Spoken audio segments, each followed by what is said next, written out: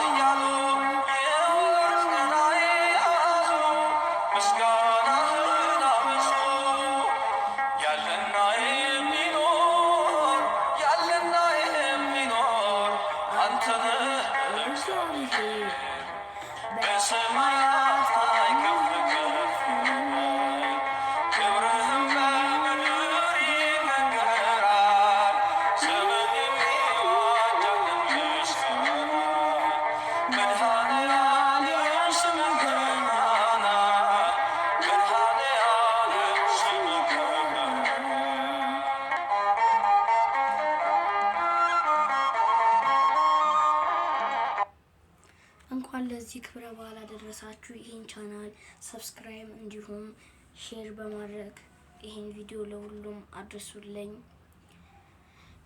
መልካም ክብረ በዓል ለአማኑኤል